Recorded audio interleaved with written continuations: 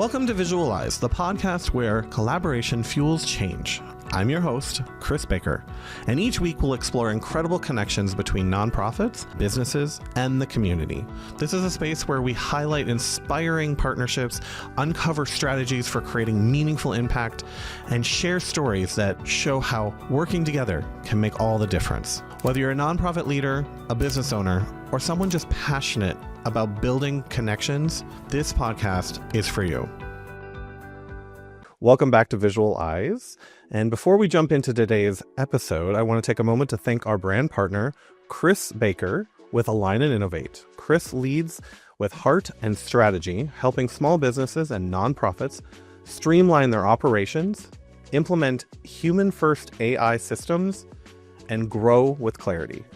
Align and Innovate isn't just about tools. It's about transformation, alignment, and unlocking doors to new possibilities.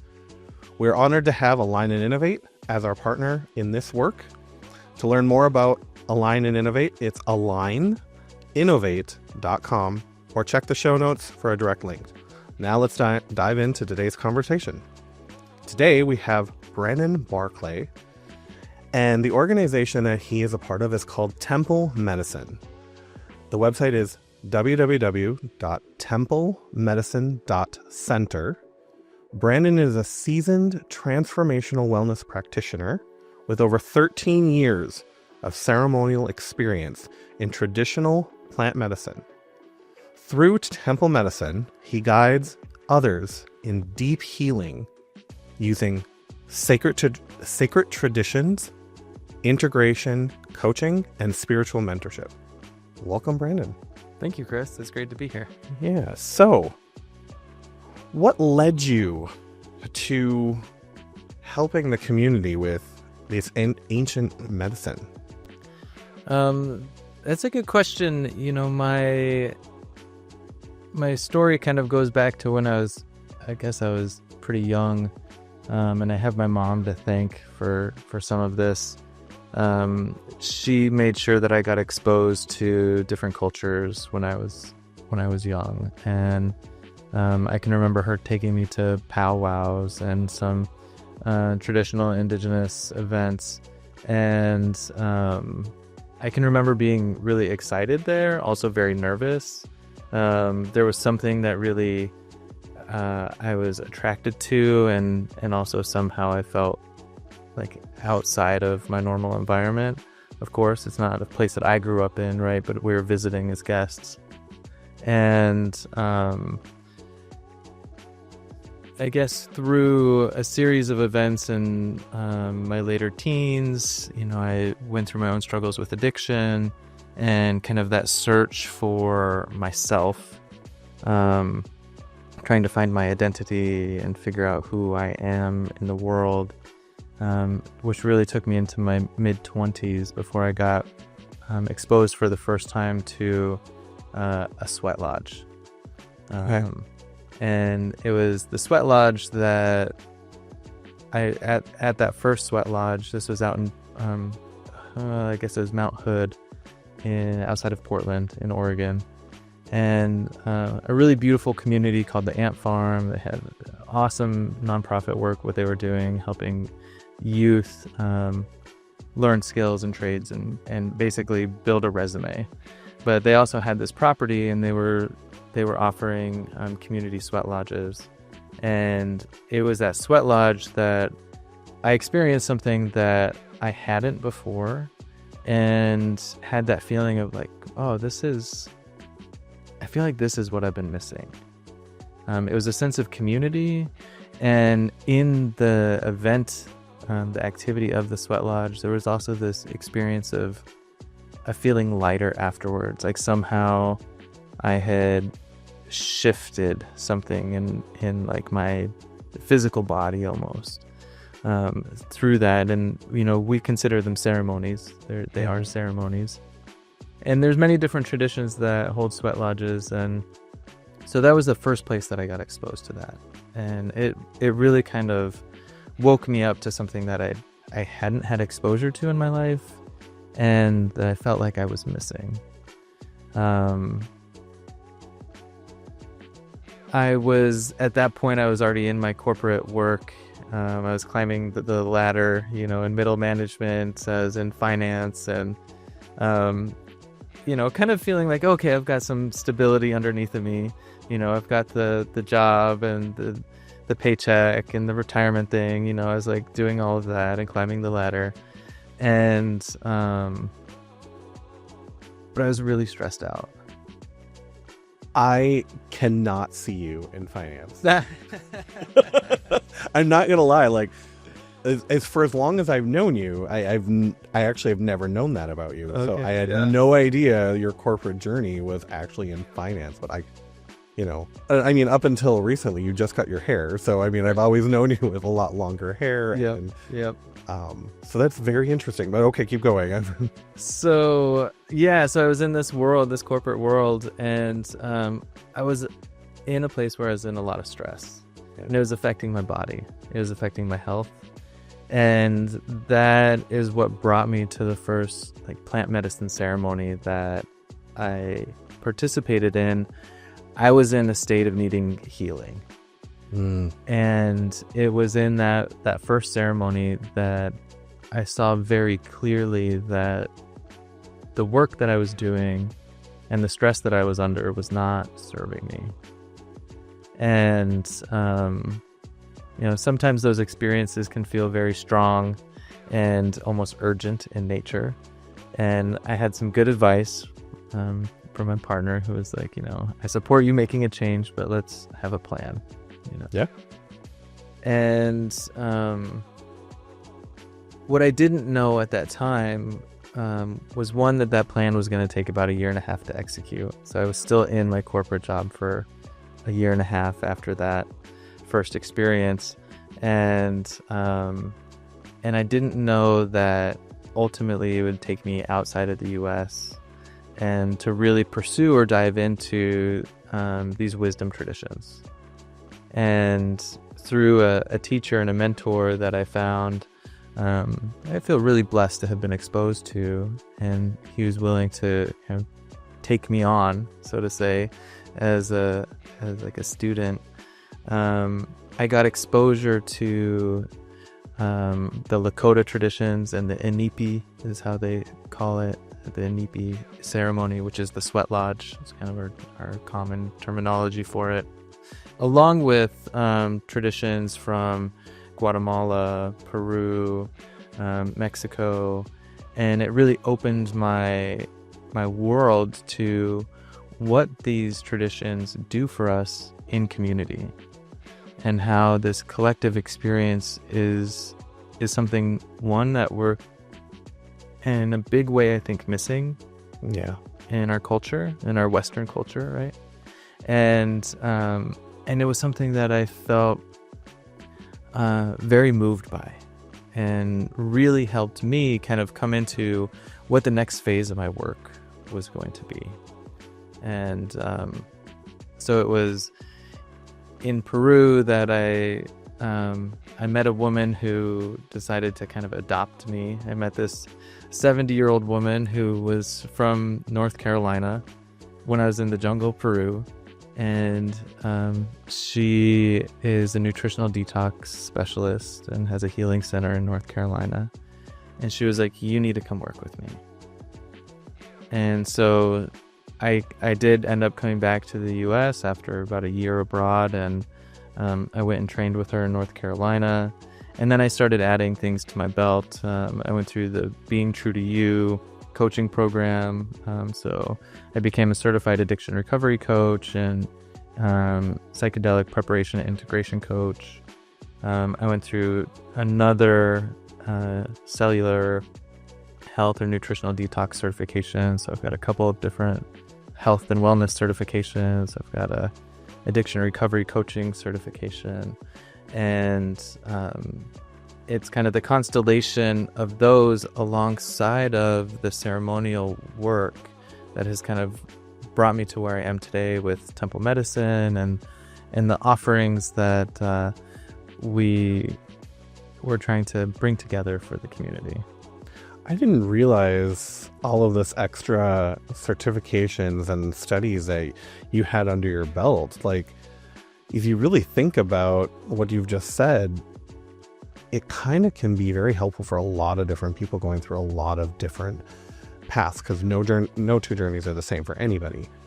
But actually knowing that there's opportunities, especially, somebody that's recovering and they need to find a way to not head back in that direction, have a safe space to do it. So it sounds like I didn't realize that you did all of that as well. So this was all very intriguing. Like, I'm learning way more about you in this session than I've known about you for the last couple of years. So very, very interesting and awesome.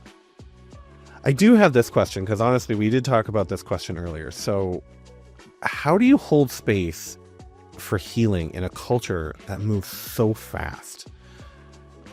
Yeah, I love this question. Yeah, it was something that when I was reading it to you, you like had an immediate reaction like, wow, that's powerful. And it's so true, because culture right now is moving way too fast for a lot of people. Yeah, it is, and we're inundated with technology and information, and everybody's email box every day. Like how many emails do you get every single day?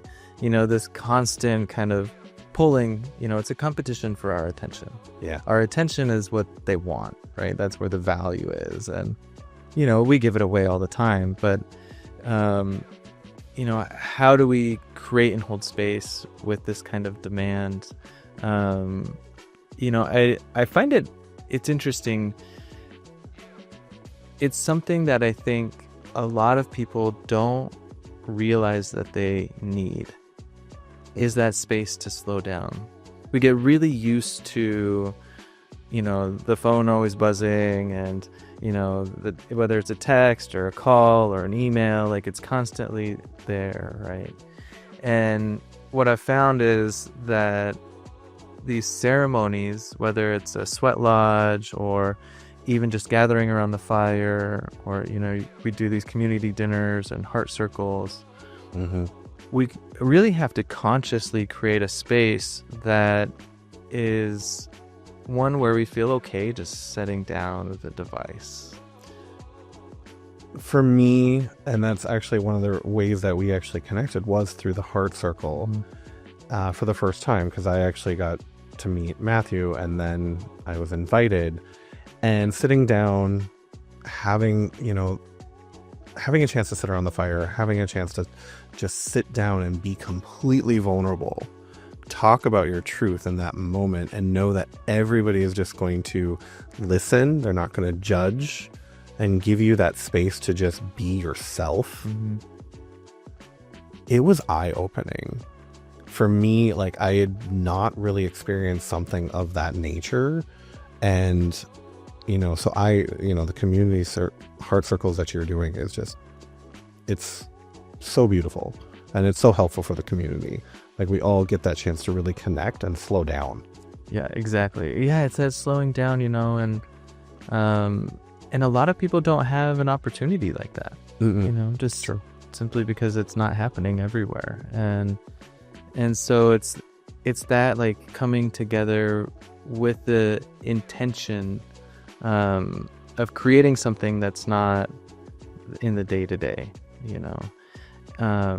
People will go, and maybe you sit down, you go out for a dinner with a group of people, but it's kind of noisy. You're at a restaurant, or you're out somewhere, maybe you're at a bar.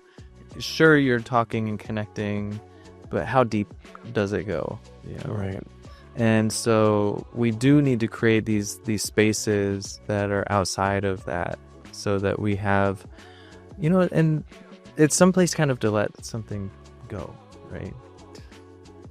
Yeah, like, I remember long before even joining the heart circles, like, you write something down, right, and then burn it.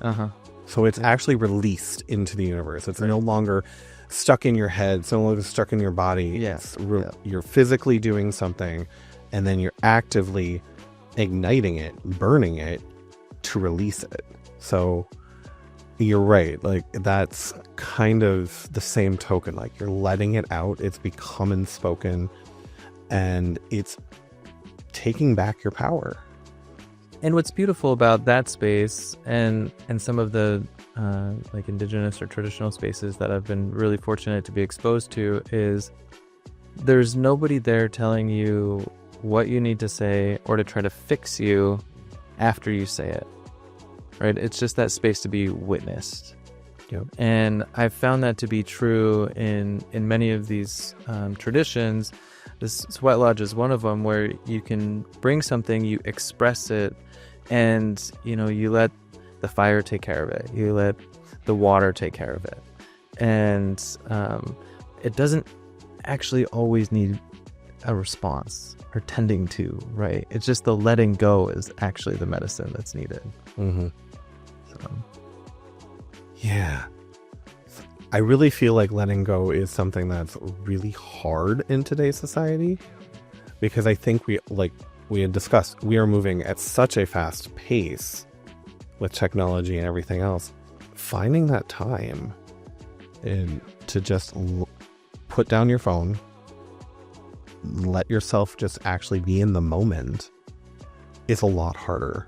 And so actually creating the spaces like you're doing to give people that safe opportunity to do so is so valuable. Yeah, it's interesting. What's occurring for me as you're saying that is, you think about being on like a roller coaster. It's moving really quickly. I love roller coasters. Me too. And you kind of like want to hold on to something. It's like how if it's like, oh, you're holding on to the straps that go over your shoulder or something.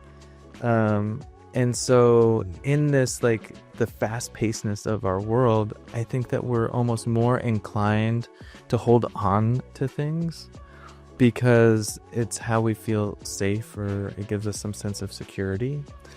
It's a dopamine, adrenaline rush, whatever that is for that moment. And I think the faster we go, you keep on that train or keep on that roller coaster in that way. Yeah, you kind of lock in, but you don't actually like let it stop. Yeah, and whether you're holding on to an emotion or you're holding on to something physical, that the spoon that my grandmother gave me or something, like we hold on to these things, and in some search of like comfort or control for the fast pacedness that the world is flying by around us, so that's what was occurring for me as you were sharing. So no, you took it in another way, and I'm really kind of grateful that you did, because I think everybody needs to hear it in a different way. And for me, roller coasters was just a fun way of experiencing it and like understanding it in a different manner. So no, I appreciate that. So one of the main things that we focus really and mostly on in this show is collaboration. So I really wanted to touch base on that. So when you're dealing with community partners, how does that help shape temple medicine? One of the lines that I've really, I guess, how do you say, like, I use this all the time, or I say this all the time, and I didn't come up with this, but it's out there, is that community is the medicine. And this understanding that we are not here to do this by ourselves is impossible, actually. Yeah. And so community is what makes all of this possible. Like, I've been fortunate to be welcomed into a community where I got a lot of exposure to different traditions all over the world. And those are different communities. They're all community settings. And so just that like sharing of information and knowledge that happens in that way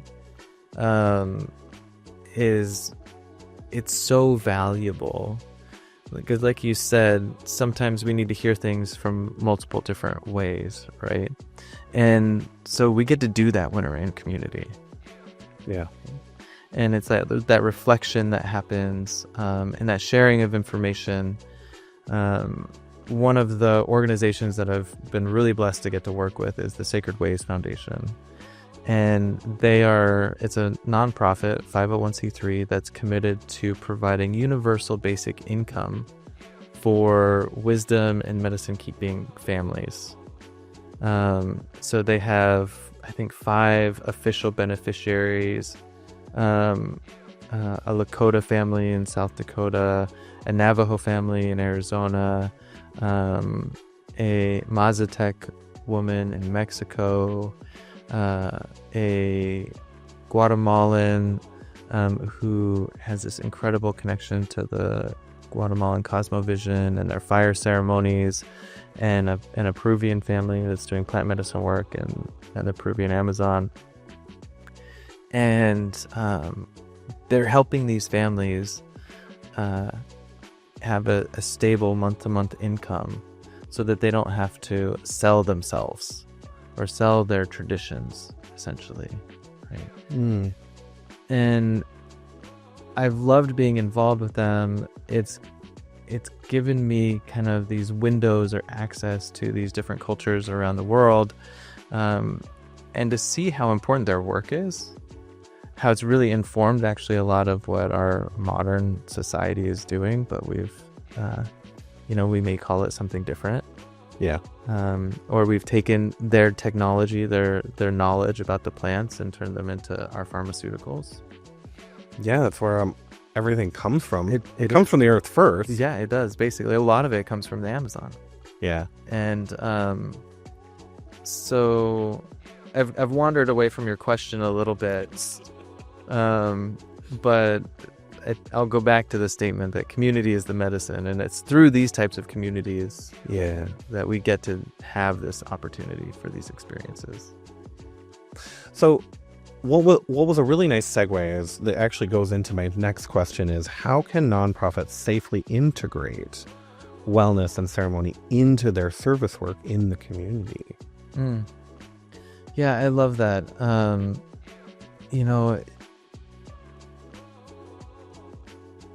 Life is a ceremony. So just thinking about those words. Okay. I had to let that sink in for a minute, but keep going. Yeah. And if life is a ceremony and the community is the medicine, I think it's, how do we bring that consciousness to these organizations? How do we bring that feeling of, or maybe what is the experience that we need to bring into these organizations that gives us that sense of renewal or rejuvenation, right? And sometimes it can be something as simple as a land acknowledgement, where we're in a gathering and we acknowledge that, the first people on these lands were maybe the Tequesta or the Miccosukee, some of the tribes that were here in Florida on these lands where we're sitting right now before we got here. And maybe we acknowledge that there's water underneath of our feet in the aquifers, and that water is it's alive. It's in a lot of these traditions they consider water the first medicine. And it doesn't take much to help us orient into ground, acknowledging that the sun rose this morning from the east, and we've got the cardinal directions around us. It's going to set in the west. And even that just little bit of placemaking, you've got the earth underneath of you and the stars and the sun and the cosmos above us. And somehow the human, they say, is the 7th direction. We're standing in the center of all of it. I have not heard that one before, but I like that one. And so if we take even just a moment to have that kind of orientation of like, okay, where am I? That's right. I've got the 4 directions around me. I've got the earth underneath and the sky above, and I'm here at the center, and we're all at the center of our universe. Yep. And we're coming together for a specific purpose. What is that purpose today? Right. So any organization can do that. anytime we're in a group or around a board table, we can do that. Is it different than how a normal board meeting might go? But what does that awareness bring into this space? Your question was, how do we bring in the ceremony into these nonprofits and into these organizations? And it can be super simple. But it brings intention. Right. And I think it brings more community involvement. I think it brings more authenticity. Like, I would say most of the nonprofits that I'm associated with or work with, they are very authentic. They are doing the work. But sometimes they get so busy worked because they're doing the work, right? That they, need to also step back and what is the ultimate intention? What am I doing? And so that is the ceremony that I'm hearing from you, is to pull it back. What is the ultimate goal here? Is this aligned with our mission? Is this aligned with our values? And I think that's very important to take a step back and examine before any board meeting, because in truth, it's going to actually do the work and actually help. Right. Yeah. Because where you're coming from is going to be different than the person next to you. Mm-hmm. And somewhere there's an aligned vision, right? Something brought you here, something brought, that other board member to the table as well. And to be able to acknowledge that, yeah, we have different experiences and maybe individual motivations, but there is a shared vision that we have, which is why we're sitting at this table together. Right. Well, as we wrap up, I do want to say thank you so much to Chris Baker and Align and Innovate for being the brand partner for this episode. Before I ask the last question, tell everybody how they can reach out to Temple Medicine and to you personally, because you have a lot of great information. I think that you could help a lot of amazing people. So please share that information. Sure. Thanks, Chris. You can find us at www.templemedicine.center. And if you want to reach out to me directly, my email is Brandon, BRANDON, at templemedicine.center. Shoot me an email. I'll respond with a link to jump on my calendar and be happy to talk. This has been a great conversation. Thank you so much, Chris, for inviting me on the show. And I wish you all the best with Visualize and everything that you're doing for the community. I love seeing how many places you show up out there. It's always awesome to see Chris's name and what you're up to. Thank you. Thank you. So one final question before we totally end the episode, Sure. Which is, what is the legacy that you personally want to leave for future generations? I would say what I want to leave for the future generations are communities that really support their people to thrive and to grow, where they can feel a sense of belonging, where they are in connection to the earth and the world around them, and where the kids get to run and have fun and be in that state of joy. Let them just be. Yeah. I love that. Brandon, thank you so much for being on the show with us today, and looking forward to our next episode of Visualize. Thank you. Thank you, Chris. Thank you for joining me on this episode of Visualize. We hope that the inspiration and practical insights can help you foster stronger connections and meaningful change. Don't forget to subscribe, share the episode, and leave us a review. To learn more about Visuals by Momo and how we support collaboration and storytelling, visit visualsbymomo.com. A huge thank you to everyone out there listening. Until next time, remember, collaboration fuels change, and your connections can inspire the world.